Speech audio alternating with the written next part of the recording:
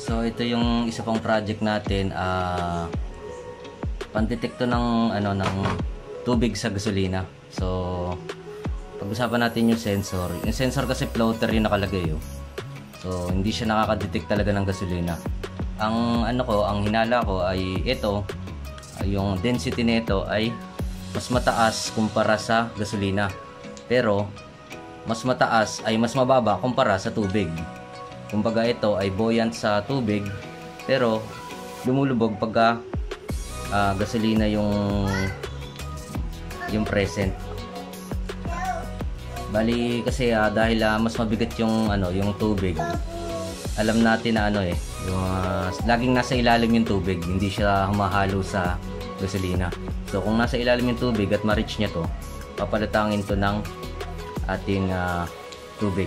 So try na natin.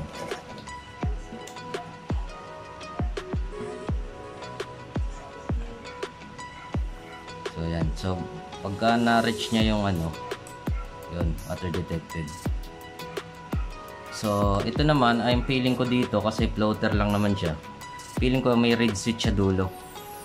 Hindi ko pa na-try pero naggayak na din ako ng permanent magnet. So yan permanent magnet yan. Yan. So pagka nadikit siya, kung tama yun nadidetect niya kahit hindi gumagalaw yung ating floater. So tama, may permanent magnet siya dito sa loob. Tapos nasa taas niya may reed switch. So yun.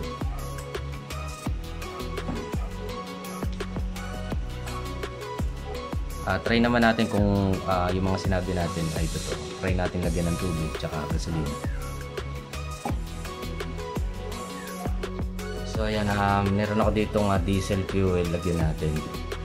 Yung ina para makover yung kita natin maigi.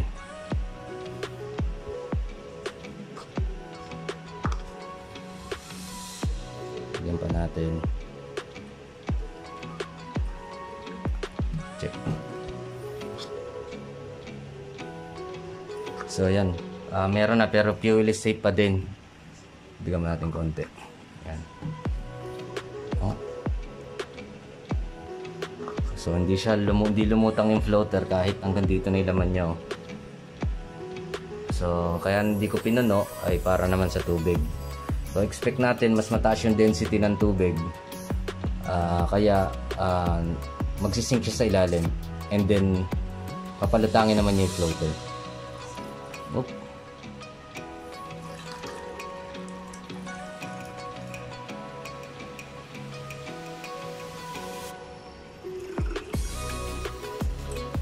So yun, lumutang na siya. Sinasabi niya ay check na yung discharge valve. May discharge valve tayo dito. Yan. So ulit natin. Kuha ko ng salinan, mapapalo tayo.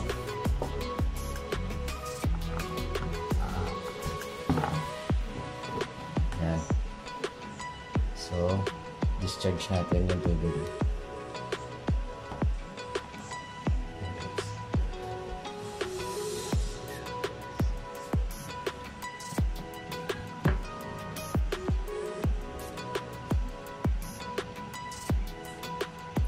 So yan, puro tubig yung na-discharge niya. Once na ma-eliminate na natin lahat ng tubig, dapat madidetect niya automatic.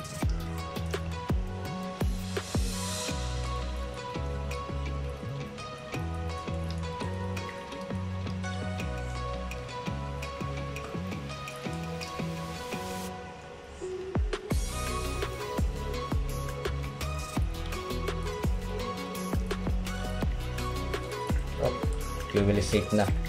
So pwede nating i-tanggalin yung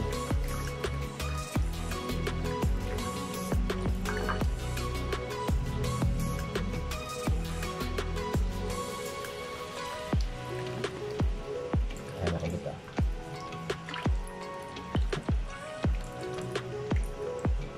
So yun. So ganun niya nadidetect ang fuel. So yan, ganun siya. So yung mga sumusunod ayun nahaluan ng diesel. Tumagal kasi yung pagdidrain natin. So yun lang.